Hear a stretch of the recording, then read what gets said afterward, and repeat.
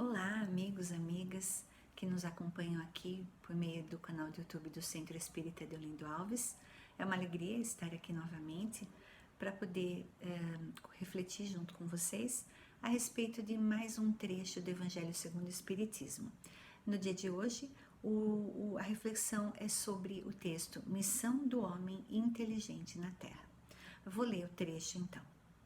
Não vos orgulheis por aquilo que sabeis, porque esse saber tem limites bem estreitos no mundo que habitais.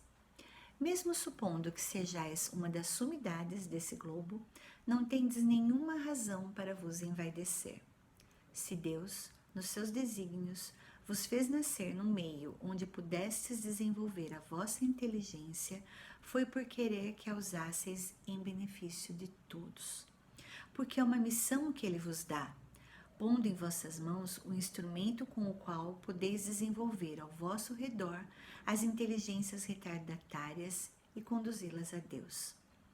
A natureza do instrumento não indica o uso que dele se deve fazer? A enxada que o jardineiro põe nas mãos do seu ajudante não indica que ele deve cavar? E o que diríeis se o trabalhador, em vez de trabalhar, erguesse a enxada para ferir o seu senhor? Diríeis que isso é horroroso e que ele deve ser expulso. Pois bem, não se passa o mesmo com aquele que se serve da sua inteligência para destruir entre os seus irmãos a ideia da providência? Não ergue contra o seu senhor a enxada que lhe foi dada para preparar o terreno? Terá ele o direito ao salário prometido ou merece, pelo contrário, ser expulso do jardim? Pois o será, não o duvideis, e arrastará existências miseráveis e cheias de humilhação, até que se curve diante daquele a quem tudo deve. A inteligência é rica em méritos para o futuro, mas com a condição de ser bem empregada. Se todos os homens bem dotados se servissem dela segundo os desígnios de Deus, a tarefa dos espíritos seria fácil ao fazerem progredir a humanidade. Muitos, infelizmente, a transformaram em instrumento de orgulho e de perdição para si mesmos. O homem abusa de sua inteligência, como de todas as suas faculdades, mas não lhe faltam lições, advertindo-o de que uma poderosa mão pode retirar-lhe o que ela mesma lhe deu. Bom, meus amigos, aqui o texto ele é bastante enfático, e pelo próprio título ele já deixa bem claro que se nós somos dotados de inteligência, uns mais, outros menos, todos temos uma missão. Então vamos começar a nossa reflexão com a reflexão o que é ser um homem inteligente a princípio, segundo o que o texto coloca aqui. O homem inteligente é aquele que teve a oportunidade e a aproveitou de desenvolver a sua intelectualidade, de estudar, de especializar. Então ele teve a oportunidade na sua existência, ou em outras também, e aproveitou. Quando o homem ele se desenvolve intelectualmente, existem normalmente dois caminhos que o homem pode seguir, na verdade que o homem escolhe seguir. Ele pode utilizar essa inteligência em benefício próprio. E esse é muitas vezes o grande equívoco que ele comete. Então ele utiliza em benefício próprio, então ele progride intelectualmente, progride materialmente, então ele tem um trabalho que lhe permite um bom ganho, um bom sustento, ele consegue riqueza por meio dessa inteligência, ele acumula essa riqueza e inconsequentemente, muitas vezes, ele se torna orgulhoso, que exatamente esse texto ele se encontra no capítulo que fala sobre orgulho e humildade, não coincidentemente, né? Então ele se torna orgulhoso da sua própria inteligência, como se aquilo fosse mérito todo seu. E ele se esquece de que, na verdade, isso só foi possível porque ele teve a oportunidade de se desenvolver e, óbvio, a aproveitou.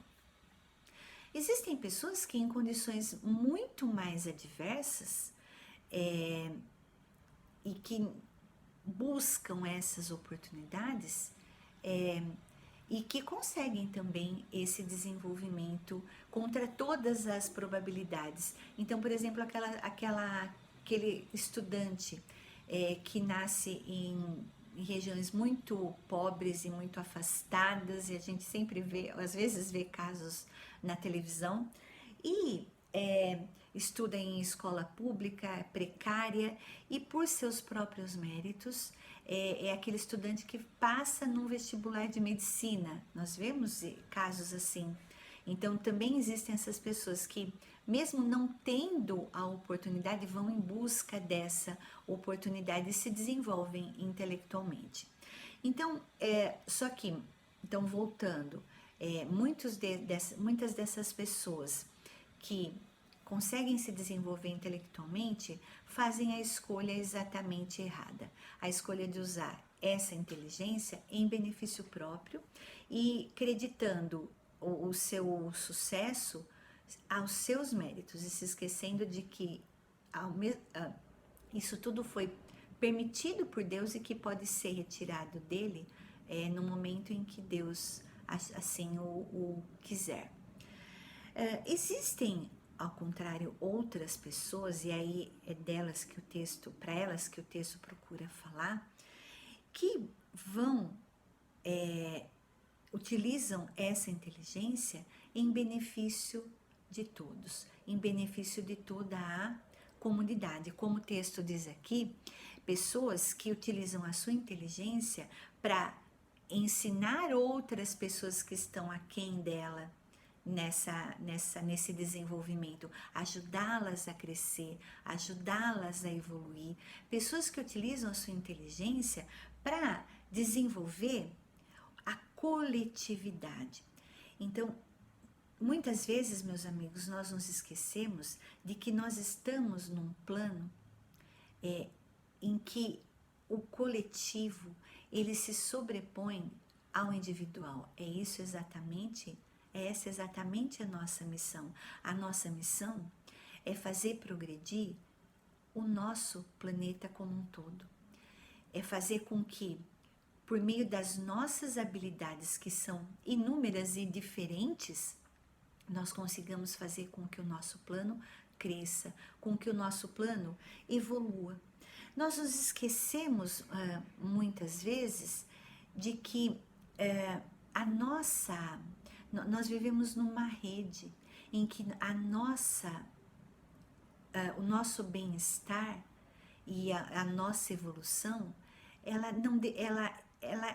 depende de que isso aconteça coletivamente. Nós estamos vivendo um momento agora, inclusive, que é o momento da pandemia, em que nós estamos tendo muito bem a noção exata do quanto o coletivo interfere no individual, do quanto as ações de todos elas interferem na vida de cada um.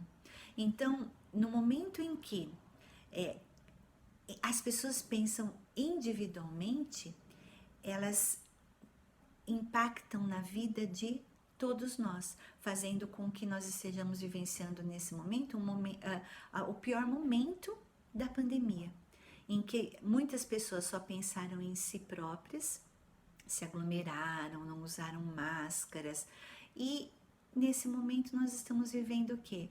O auge da pandemia, porque as pessoas pensaram individualmente e não coletivamente. Então, nós precisamos pensar nisso. Exemplos não faltam de pessoas que utilizam a sua inteligência em benefício do outro, em benefício do próximo. Nós vimos, por exemplo, ainda falando da pandemia, um tempo recorde de pessoas,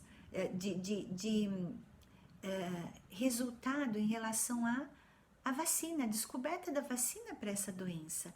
Nunca antes houve um esforço tão grande de tanta gente, de tantos estudiosos pensando juntos para chegar à vacina que hoje há tantas vacinas, mais de uma, que nós temos disponíveis para poder acabar com, nos proteger contra esse vírus. Então, nós temos, mas quando nós pensamos no homem inteligente, nós pensamos só em pessoas é, é, muito dotadas de inteligência, nos grandes cientistas, nos estudiosos, mas paremos para pensar um pouquinho. Todos somos seres inteligentes, dotados de inteligência. A inteligência, ela não é exclusiva para alguns de nós e para outros não. Lógico, nós podemos estar em graus de evolução de inteligência diferentes, mas todos somos inteligentes e podemos e devemos colocar nossa inteligência em benefício da coletividade, como nós dissemos.